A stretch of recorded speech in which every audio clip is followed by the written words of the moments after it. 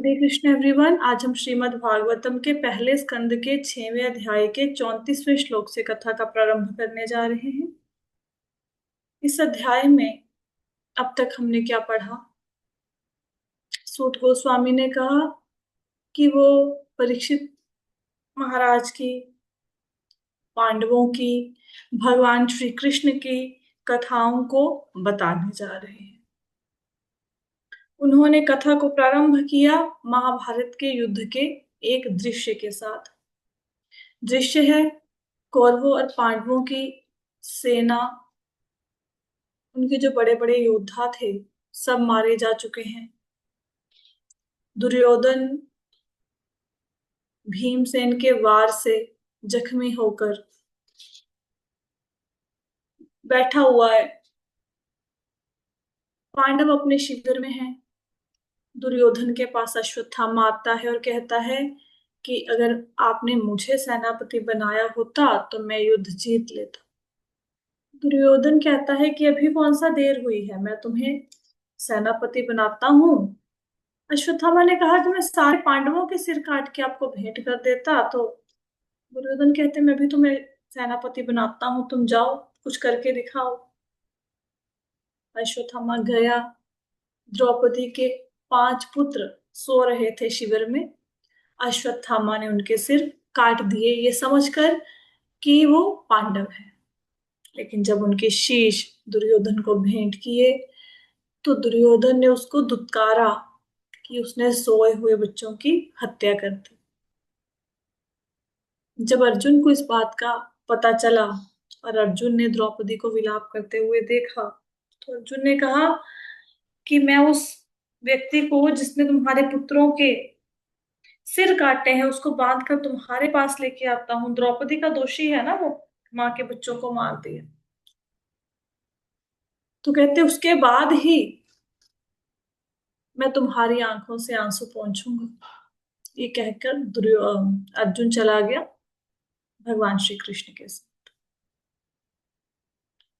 अब अश्वत्थामा ने देखा कि अर्जुन मुझे मारने आ रहा है तो अश्वत्थामा तेजी से अपने रथ पर चढ़ के भाग गया। अर्जुन ने उसका पीछा किया।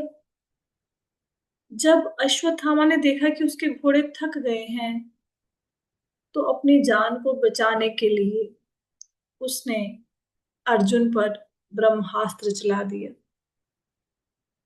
अब अर्जुन देखते हैं कि चारों तरफ प्रकाश फैल गया है, बहुत तेज है, लेकिन समझ नहीं आ रही ये किस चीज का प्रकाश है। उनको अपने प्राण संकट में दिखाई देते हैं तो वो भगवान कृष्ण की स्तुति करते हैं और उनसे पूछते हैं कि ये तेज कैसा है। तो भगवान श्री कृष्ण अर्जुन को बताते हैं कि अश्वत्थामा ने अपने प्राणों को संकट में जानकर ब्रह्मास्त्र चला दिया है। अश्वत्थामा ने ब्रह्मास्त्र चला तो दिया लेकिन उसको वापस उस अस्त्र को लेना नहीं आता था। और ब्रह्मास्त्र इतना एक प्रभावशाली शस्त्र है, इस अस्त्र के चलाने से पूरा ब्रह्मांड नष्ट हो सकता है। तो भगवान ने अर्जुन को कहा कि तुम्हें ब्रह्मास्त्र चलाना आता है, वापस भी लेना आता है, तो तुम अपने ब्रह्मास्त्र से उसके ब्रह्मास्त्र के प्रभाव को खत्म कर दो। तो अर्जुन ने ब्रह्मास्त्र चलाकर अश्वत्थामा के ब्रह्मास्त्र के प्रभाव को खत्म कर दिया और पूरा संसार जो ब्रह्मास्त्र के तेज को, त्रिलोकी जो ब्रह्मास्त्र के तेज को सहन नहीं कर पा रही थी, उसको अर्जुन ने उस प्रभाव को समाप्त कर दिया, उस तेज की, उस उष्मा के प्रभाव को। अब अर्जुन ने अश्वत्थामा को बांध लिया जैसे एक पशु को बांधते हैं, क्योंकि वो आतताई था। आतताई भले ही ब्राह्मण का बेटा हो लेकिन उसे दंड देना चाहिए, चाहे वो ब्राह्मण हो या ब्राह्मण का बेटा हो। आतताई कौन होते हैं इसके बारे में प्रभुपाद जी ने बताया।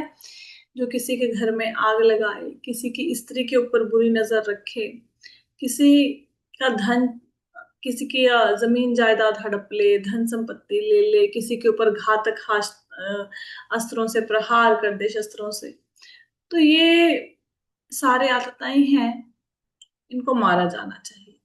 यहां तक हम लोगों ने कथा की थी। इसके आगे की कथा शुरू करते हैं।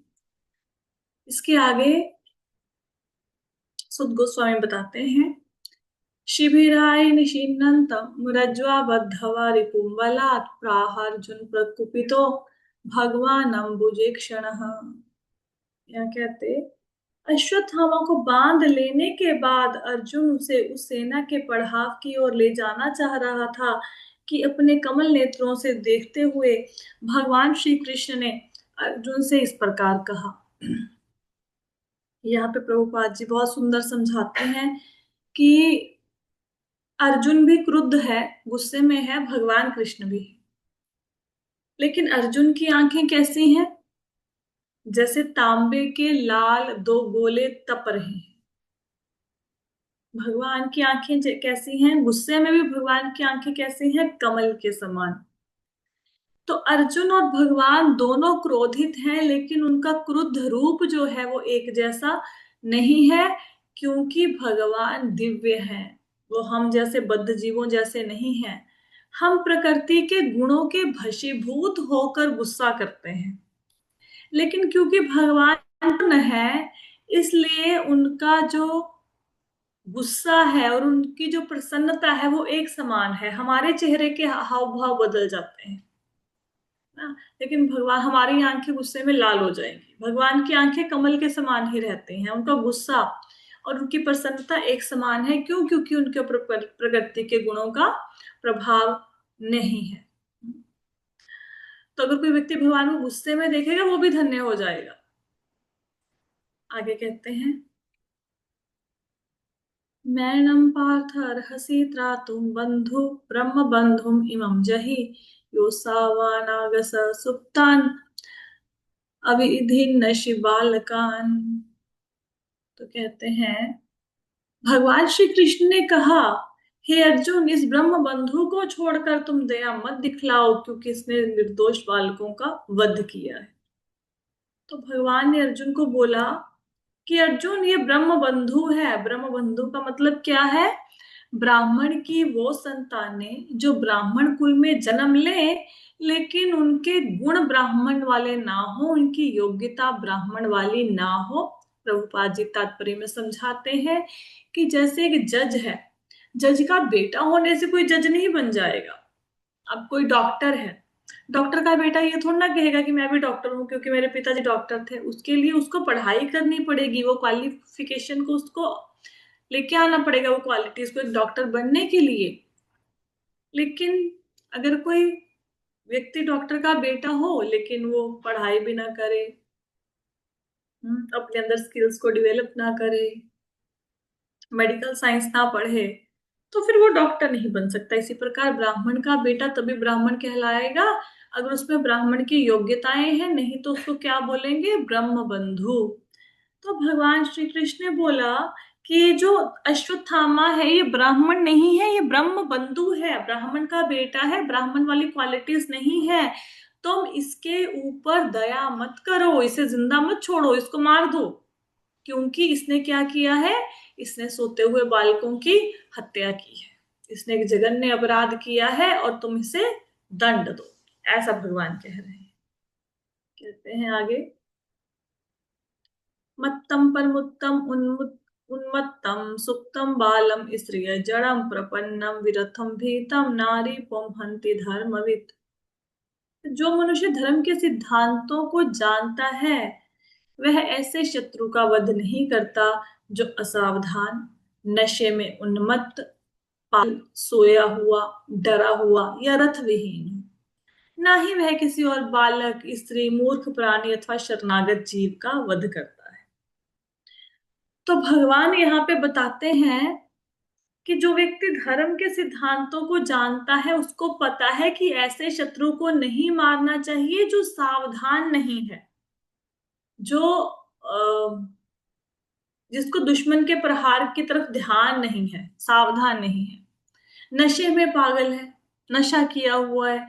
कोई व्यक्ति वैसे ही मानसिक तौर पर पागल है, कोई सोया हुआ हो, कोई डरा हुआ हो, किसी के पास रथ ना हो, आप रथ पे बैठे हैं, दूसरा व्यक्ति रथ विहीन है, उसके पास रथ नहीं है, किसी बालक का, स्त्री का, मूर्ख प्राणी का, जब कोई शरणागत में आ जाए, उन लोगों का वध नहीं करना। तो इसका मतलब क्या है? अश्वत्थामा ने कैसे मारा था द्रौपदी के पुत्रों को? वो एक तो बालक थे, ये गलत बात हुई, धर्म के सिद्धांतों के उलट बालक के ऊपर उसने वार किया। दूसरा कि वो सोए हुए थे। तो इस प्रकार क्योंकि उसने सोए हुए बालकों का वध किया, तो भगवान कैसे ऐसे व्यक्ति को क्षमा नहीं करना चाहिए। हम्म तुम इसे दंड दो। आगे कहते हैं, यहाँ पे प्रभुपाद जी तात्पर्य में लिखते हैं कि प्राचीन काल में जो युद्ध लड़े जाते थे, वो धर्म के नियमों के अनुसार लड़े जाते थे। जैसे सूर्यास्त के बाद युद्ध नहीं होगा। अब क्या आज की डेट में क्या है, यहाँ पे सूर्यास्त के बाद ही एक दूसरे के देशों पर लोग आक्रमण करते हैं, है ना। एक देश दूसरे देश के ऊपर आक्रमण करता है सूर्यास्त के बाद, पहले ऐसा नहीं होता था। तो धर्म के सिद्धांतों के अनुसार युद्ध लड़े जाते थे। तो उसी के आधार पर भगवान कह रहे हैं कि तुम इसे जीवित मत छोड़ो। किसको? अश्वत्थामा। आगे कहते हैं, स प्राण यह प्राण पर प्राण है, प्रपुष्णात्या घृणा कलह, तस्य ही श्रेयो यद्वेषाध्यात्ति यतः पुमान। ऐसे क्रूर तथा दुष्ट व्यक्ति जो दूसरों के प्राणों की बलि पर पलता है, उसका वध किया जाना उसके लिए हितकर है, अन्यथा अपने ही कर्मों से उसकी अधोगति होती है। तो आपने देखा होगा कि बार कोई व्यक्ति बुरा काम करता है, तो जज क्या सजा देता है कि इसको फांसी पे लटकाया जाए।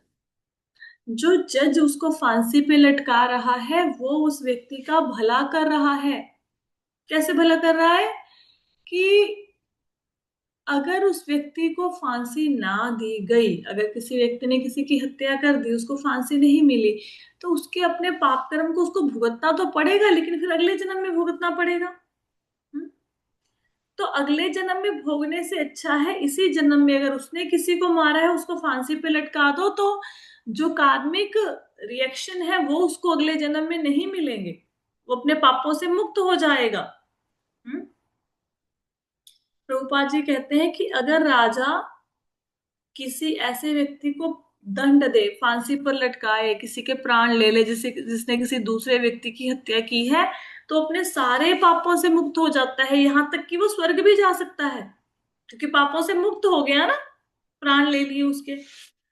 तो यहाँ पे साथ ही साथ प्रभुपाद जी ना बहुत सुंदर तात्पर्य में लिखते हैं कि ऐसा नहीं है कि उसने किसी व्यक्ति को मारा। हम लोग देखो, हमारी कोर्ट में क्या है, हमारी कोर्ट कचहरी में अगर किसी ने मनुष्य को मारा तो उसको हत्यारा समझा जाएगा, किसी ने कुत्ते बिल्ली को मार दिया, चूहे को मार दिया, उसको हत्यारा नहीं समझा जाएगा। लेकिन प्रभुपाद जी कहते हैं हत्यारा हत्यारा होता है, चाहे वो पशुओं को मारे चाहे वो मनुष्य को मारे, क्योंकि हर व्यक्ति के अंदर जीवात्मा है। तो पशुओं को मारने वाला भी हत्यारा ही कहा जाएगा। प्रभुपाद जी कहते हैं उनको दंड देना चाहिए जो पशुओं की आज्ञा देते हैं। इसके साथ ही साथ प्रभुपाद जी बहुत सुंदर तात्पर्य में लिखते हैं कि जो प्रकृति के नियम है वो किस किस को दंड देंगे। 6 प्रकार के लोगों को दंड मिलता है पशु वध के केस में। जानवर को किसी को मारा तो जो व्यक्ति पशु वध की आज्ञा दे, जैसे कोई व्यक्ति सपोज मांस बेचे बिना, मांस खाए बिना, पकाए बिना, लेकिन वो बोले जाओ उसको मार दो, उस जानवर का सिर काट दो, तो उसने आज्ञा दी ना, तो उसको दंड मिलेगा। अब उसने आज्ञा दे दी, तो जिस व्यक्ति ने गला काटा उसको भी दंड मिलेगा। अच्छा, क्या आज्ञा भी नहीं दी, गला भी नहीं काटा, उसने सिर्फ बेचा मांस को, पशु के मांस को ना खाया ना बनाया, बस बेचा, उसको भी दंड मिलेगा। अच्छा, जो पशु का मांस पकाएगा, ना वो काटे ना आज्ञा देने बेचे, बस वो पकाएगा, खाएगा नहीं, सिर्फ पकाएगा, उसको भी दंड मिलता है। अच्छा, कोई ऐसे भोजन को बांटे, मांसाहारी भोजन को, उसको भी दंड मिलता है। अभी कोरोना हुआ था तो कोरोना में सब लॉकडाउन हो गया, तो जिन चिकन वगैरह की दुकानों पर वो बड़ा हुआ था मांसाहारी भोजन, उन्होंने वो सारा वितरित कर दिया, लंगर प्रसाद के रूप में वितरित कर दिया उसको। तो ये गलत है। ये अब कोई व्यक्ति शराब का लंगर लगाए, मांस का लंगर लगाए, ये लंगर थोड़े ना है, चाहे भले ही वो खराब हो रहा है, ठीक है। या फिर जैसे कई बार ऐसा होता है, जैसे मेरी एक फ्रेंड थी, उसने क्या किया, उसने एक रेस्टोरेंट खोला। अब रेस्टोरेंट में नॉनवेज भी रखना पड़ेगा, तो उसने खैर बेचा नहीं, लेकिन वो नॉनवेज पड़ा रहा वहां पे। फिर उसने सोचा, उसको बोला कि भाई इसको दंड मिलेगा, आप इसको मत लोगों को खिलाओ। तो उसने सोचा कि उसके फादर ने सजेशन दी कि ऐसा करो, इसको फेंकते नहीं है, जो खाता है उसको दे देते हैं, जो मांस खाता है वो खा लेगा, फेंकने से क्या। वैसा हम सोचते हैं ना घरों में कि फेंकने से क्या फायदा है, किसी को दे दो चीज, किसी के काम आ जाएगी। तो इवन अगर आप किसी को मांसाहार दे रहे हो, मांस दे रहे हो कि वेस्टेज ना हो, वेस्टेज को बचाने के लिए, तो वो भी आप भी उसके भागीदार हो गए, मांस खाने के बराबर ही हो गया आपका भी। तो ऐसा नहीं होना चाहिए। और कोई किसको दंड मिलेगा, जो मांस को खाएगा। ये सारे के सारे छह के छह लोग हत्यारे हैं, जो आज्ञा दे, जो पशु को मारे, जो बेचे, जो पकाए, जो बांटे और जो खाए, सबके सब हत्यारे हैं, और सबको प्रकृति के नियम दंडित करेंगे। जिस जिस जानवर की हत्या की है, वो जैसे ही मृत्यु होगी ऊपर, वो तो ऊपर खड़े वेट कर रहे हैं कि तुम आओ, तुम्हें मारे हम, जैसे तुमने हमें मारा है। हम्म, तो आपको दंड देंगे। तो हमें किसी भी ऐसे अनुचित काम को नहीं करना चाहिए। अच्छा, अब हम सोचेंगे कि पशुवध तो होते थे, पहले होते थे, वेदों में लिखे हुए हैं, पहले भी तो राजा लोग मारते थे। राजा लोग जो पशुओं को मारते थे, राजा को आज्ञा दी गई है, राजा को ऐसा परमिशन दी गई है कि वो पशुओं को मारे। क्यों राजा को ऐसे परमिशन दी गई है? क्योंकि राजा ने युद्ध में लोगों को मारना है, से मतलब वो युद्ध करेगा तो लोगों को मारेगा ना। अब एकदम से किसी के हाथ में आप बंदूक दे दो और बोलो मार दो, सामने वाले को गोली मार दो, तो ऐसे थोड़ा ना कोई मार पाएगा। उसके लिए वो अंदर किसी को मारने का साहस तो होना चाहिए, इतना वो हृदय होना तो चाहिए कि हाँ मैं किसी को मार दूं। ऐसे कोई व्यक्ति कैसे मार सकता है किसी को? तो राजाओं को दूसरी बात यह है कि जब युद्ध में लड़ाई होती थी, तो उसके लिए प्रैक्टिस तो होनी चाहिए ना, कैसे किसी को मारना है, दूर से तीर चलाना है, कैसे आक्रमण करना है। तो पशुओं के ऊपर जब वो भागते हुए पशुओं को मारते थे, तो एक तो उनकी युद्ध की प्रैक्टिस होती थी, उसके लिए उनको परमिशन दी गई थी। दूसरा कि एक बार पशु को मारा होगा तो कम से कम सामने जब इतने लोगों को मारना पड़ेगा युद्ध में, तो मार पाओगे। फिर यज्ञ के लिए भी, अब यज्ञ करना है, यज्ञ के लिए पशु बलि देनी है, तो राजा को लेके आना पड़ता था, जीवों को मार के लेके आना पड़ता था, कई बार जिंदा भी लेके आना पड़ता था। लेकिन उसका पाप क्यों नहीं लगेगा? क्योंकि यज्ञ में जिस पशु की बलि दी गई उसको नया जन्म मिलता था, उसकी उस योनि से मुक्ति होती थी, और कई बार इमिडिएटली बाद उसको मनुष्य का जन्म भी मिल जाता था। जैसे किसी व्यक्ति ने पाप किए, उसकी भी 84 लाख योनियां है, तो उसने कुछ योनियां भुगत ली, बाकी उसके पाप पेंडिंग है, लेकिन उसको पकड़ के उसकी यज्ञ में बलि देती, तो इमिडिएटली बाकी योनियां भुगतने की जरूरत नहीं पड़ती थी, वो सीधा का सीधा मनुष्य योनि में जन्म लेता था। तो इसलिए पशुओं को मारा जाता था, पर ऐसे नहीं कि खाना है, स्वाद लेना है जीव का, तो जानवरों को मार दो। जब महाराज पांडु ने पहले ही, जब भगवान, दो तीन एग्जाम्पल है शास्त्रों में, जब भगवान राम ने बाली को मारा, तो बाली ने बोला कि मेरा क्या गलती थी, आपने मुझे क्यों मारा, आपने मुझे छुप के मारा, ये गलत बात है। तो भगवान राम यहाँ की कहते हैं कि मैं क्षत्रिय हूं, और शास्त्र मुझे ये अधिकार देता है कि मैं तुम्हें मार सकता हूँ। राजा को अधिकार है, क्षत्रियो को अधिकार है। इसी प्रकार जब महाराज पांडु, अगर आप महाभारत पढ़ेंगे, जब महाराज पांडु ने हिरण को मारा, वो एक्चुअली एक साधु थे, साधु को संतान प्राप्ति की इच्छा थी, उसके लिए वो अपनी पत्नी से मिलना चाहते थे, लेकिन क्योंकि वो तपस्वी थे, तो उनको as a male female union करने में लज्जा आ रही थी, ठीक है। तो उन्होंने वो पशु बन के अपनी पत्नी को, मतलब वो हिरण बने और अपनी पत्नी को हिरनी का रूप दिया योग शक्ति के द्वारा, ताकि वो आपस में मिल सके, भोग कर सके और उनके संतान की उत्पत्ति हो। अब ये बात ऋषि और उनकी पत्नी को पता थी, लेकिन महाराज ने क्या देखा, महाराज पांडु ने, उन्होंने उनके ऊपर आक्रमण, वो तीर चला दिया। तो जब वो मृत्यु हुई उनकी, तो वो अपनी असली रूप में आ गए, जो साधु का रूप था उसमें आ गए, तपस्वी का। तो उन्होंने राजा को श्राप दिया। तो राजा ने बोला मेरी क्या गलती है, मुझे कैसे पता कि आप तपस्वी नहीं हो, आप हिरन हो, ये मैं थोड़ा ना जान सकता हूं। तो मैंने, अगर आपको, राजा को अधिकार है कि वो पशुओं को मार सकता है, तो मेरे को आप श्राप क्यों दे रहे हो? तो वहां पे उस साधु ने बताया, उस तपस्वी ने, कि तुम्हें इस बात के लिए श्राप नहीं दिया जा रहा कि तुमने मुझे मारा, क्योंकि वो तो राजा का अधिकार है पशुओं को मारना, उसकी अनुमति है शास्त्रों में। फिर क्यों दंड दिया जा रहा है? कहते क्योंकि मैं अपनी पत्नी से मिल रहा था संतान प्राप्ति के उद्देश्य से, तुमने उस अवस्था में मुझे मारा, इसलिए तुम्हें दंड दिया जा रहा है। तो जब शास्त्रों में पशु को मार सकते हो, लेकिन अगर कोई संतान उत्पत्ति की इच्छा से पशु अपनी पत्नी के साथ भोग कर रहा है, उस समय उसे नहीं मारना। उस समय मारोगे तो फिर श्राप देगा सामने वाला व्यक्ति, या दंड मिलेगा, प्रकृति के नियम दंड देंगे। तो पांडु महाराज को इसलिए श्राप नहीं मिला कि उन्होंने हिरण को मारा, उन्होंने किस अवस्था में हिरण को मारा, इसलिए उनको उसके लिए श्राप मिला। तो यहाँ पे हम लोग चर्चा कर रहे थे कि क्यों अश्वत्थामा को मारने के लिए भगवान कहते हैं, क्योंकि वो, उसने धर्म के सिद्धांतों क्या के विरुद्ध काम किया। एक तो बालकों को मारा, दूसरा सोए हुए बालकों को मारा। और कहते हैं कि जो लोग दूसरों के प्राणों की बलि ले, उसका वध कर देना चाहिए। और यहाँ पे प्रभुपाद जी ने अपने तात्पर्य में लिखा कि सिर्फ मनुष्य की का वध करें, सिर्फ मनुष्य को मारे, उन्हीं को दंड नहीं मिलना चाहिए, जो पशुओं को मारते हैं उनको भी दंड मिलना चाहिए। प्रभुपाद जी ने अपने तात्पर्य में इस प्रकार लिखा। आगे चलते हैं।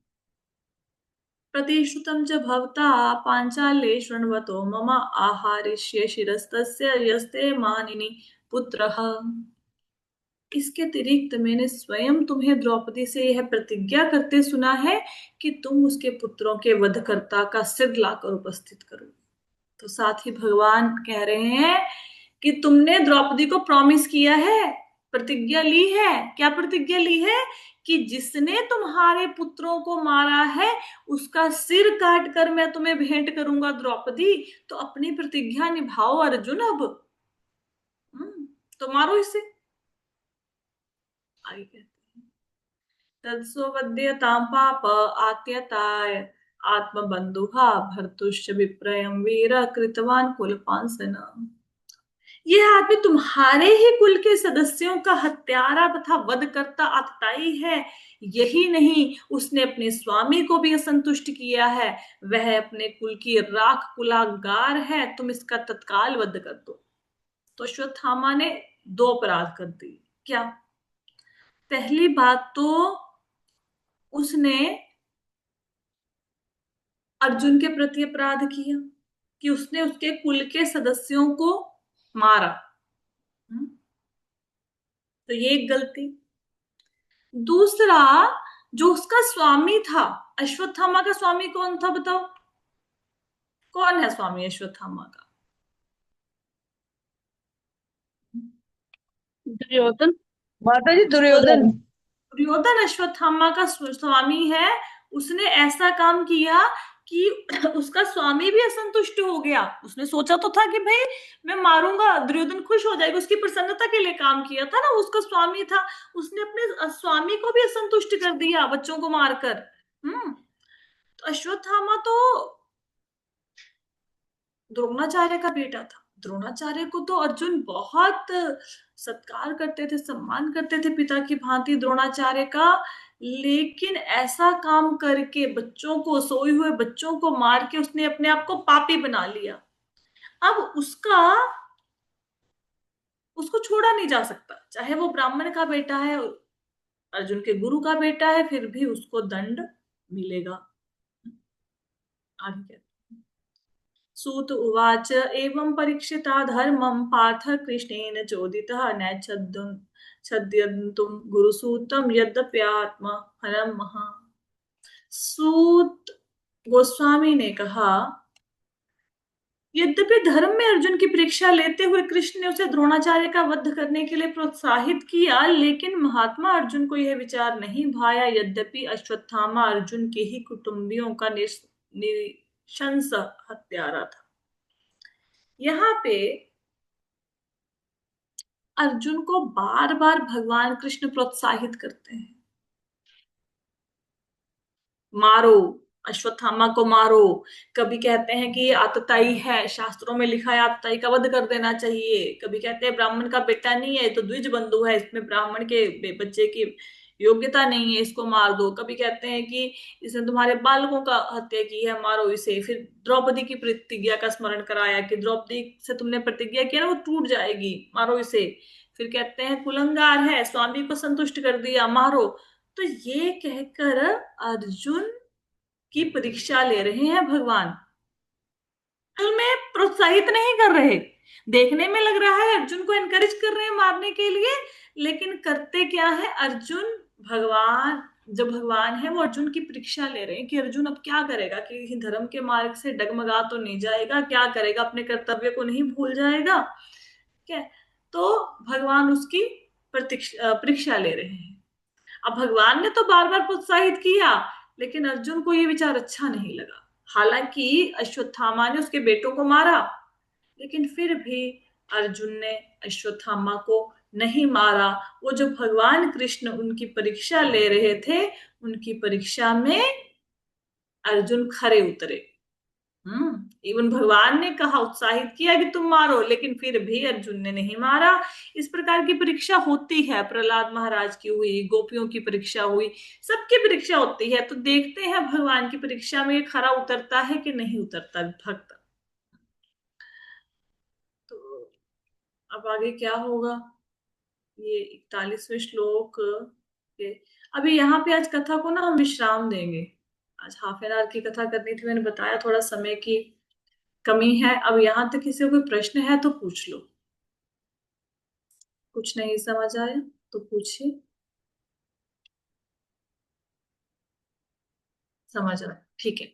तो आज की कथा में क्या पढ़ा, अश्वत्थामा को अर्जुन ने बंदी बना लिया, भगवान ने प्रोत्साहित किया, लेकिन उसको नहीं मारा। और क्या जाना आज की कथा में, कि सिर्फ पशु को मारने वाला, खाने वाला हत्यारा नहीं होता, 6 लोग होते हैं टोटल, जो पशुवध की आज्ञा दे, जो पशु को मारे, जो उसको बेचे, जो उसको उसको पकाए हुए भोजन को बांटे, और जो उसको खाए।